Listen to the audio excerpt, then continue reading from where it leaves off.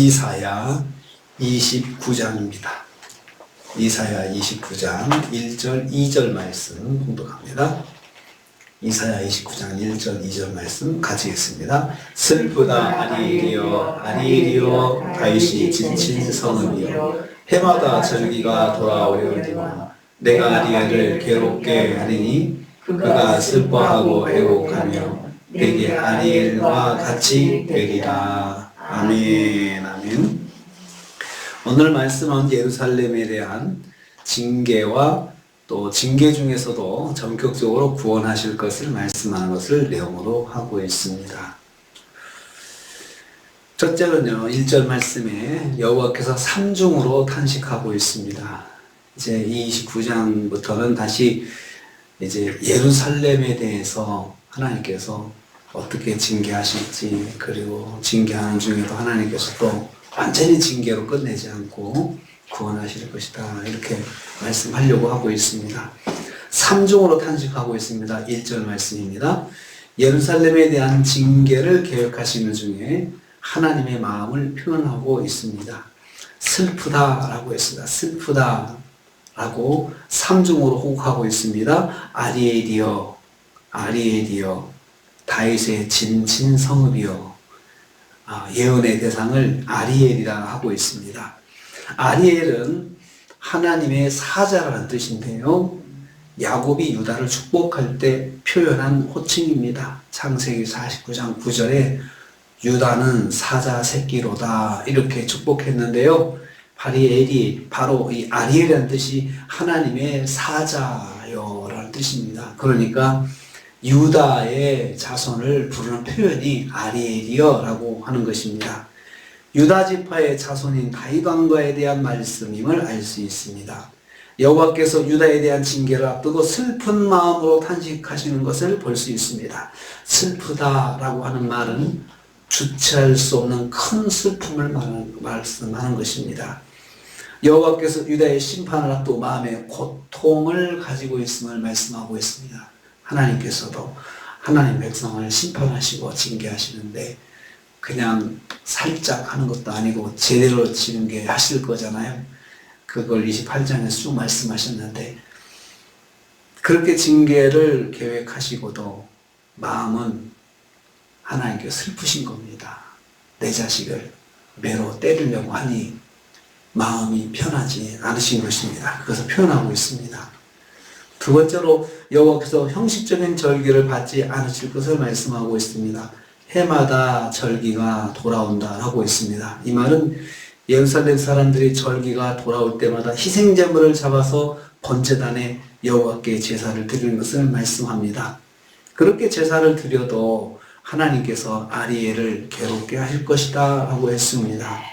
제사를 드림에도 불구하고 여호와께서 이스라엘을 크게 치실 것을 말씀하고 있습니다. 그 이유가 무엇입니까? 이스라엘의 위선적인 종교 행위와 거짓과 위선 때문입니다. 하나님은 이스라엘의 위선적인 종교 행위와 거짓과 위선을 정확히 지켜보시고 그것을 징벌하시는 것입니다. 절기가 올 때마다 절기는 제대로 지키고 절기 때마다 하나님께 제사를 쌓고 하는데, 실제 신앙생활은 하나님을 믿지 않고 하나님 무시하죠. 하나님 멸시하죠. 하나님의 선지자를 무시하고 하나님의 선지자를 또 조롱하고 이렇게 했지 않습니까? 하나님은 말씀을 무시하고 불순종하면서 절기만 지킨다고 기뻐하시는 것은 아닙니다. 하나님 말씀 순종하지 않으면서 예배만 드린다고 하나님이 기뻐하시는 건 아니라는 말씀이죠. 하나님께서 위선적인 신앙생활에 대해서 단호하게 징계하신다는 말씀입니다. 우리에게도 그렇게 하십니다. 위선적인 신앙생활에 대해서 하나님께서 징계하십니다. 여호와께서 세 번째로 이스라엘을 통곡과 근심에 빠지게 하실 것이다 했습니다. 2절 후반부입니다. 그가 슬퍼하고 애곡하며 내게 아리엘 같이 되리라 이렇게 말씀했습니다. 내가 슬퍼하고 애곡한다 했습니다. 예루살렘 성 전체가 마치 초상집과 같이 되어서 애곡의 소리가 끊이지 않을 것을 암시하는 말씀입니다. 슬퍼하고 애곡한다. 타하니야 와하니야 라고 하는 히브리 말은 예레미야 애가에서는 근심과 고통이란 말로 번역하고 있습니다. 이스라엘의 여호와의 심판으로 인한 참혹한 상황에 대한 비통한 심정을 나타내고 있습니다. 그래서 그들이 아리엘같이 되리라고 했습니다. 여기서 아리엘은 예루살렘 성전에 있는 번제단의 바닥을 아리엘이라고 또 그렇게 쓰고 있습니다. 번제를 드릴 때마다 불길로 인해서 바닥이 헐헐 타올랐습니다. 마찬가지로 예루살렘 외적의 침입으로 재물처럼 불길에 휩싸일 것을 암시하고 있습니다. 얼마나 처참한 심판인지 거기서 말씀하고 있습니다. 선민이라도 죄 가운데 빠지면 혹독한 심판을 면할 수가 없다는 말씀입니다.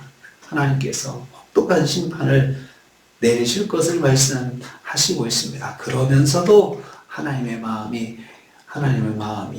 괴로우신 겁니다. 하나님 마음이 슬프시다 이렇게 표현하고 있습니다. 하나님의 마음은 하나님의 자녀를 징계하시면서도 마음이 힘드시다 그렇게 말씀하시죠. 그러면 안 하시면 되잖아요. 그러지 않으십니다. 하나님의 품성이 공의로우시잖아요.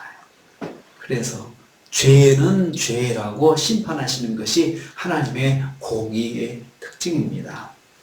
그래서 오늘 이 말씀을 통해서 하나님의 마음은 늘 자녀들에게 있어요. 하나님의 자녀들에게, 하나님의 백성에게 있습니다.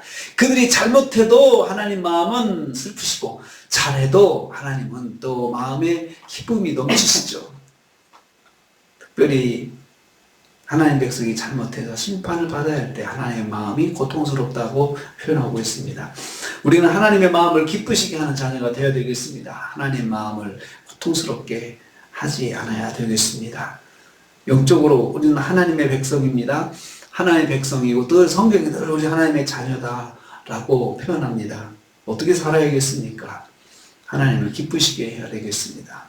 하나님께서 하나님의 자녀라도 심판하시는데 그러한 일이 우리에게 없도록 해야 합니다. 말씀에 순종하고 주신 말씀 받들고 순종하면서 살 때 하나님께서 슬프다라는 말은 우리에게 하지 않으실 것입니다. 늘 기쁘고 즐겁게 축복하시는 하나님의 그 축복이 순종하는 자에게 있는데 하나님께서 우리를 늘 기뻐하시면서 복을 주시는 그런 은혜가 함께 하시기를 주님의 이름으로 축복합니다. 주님 감사합니다.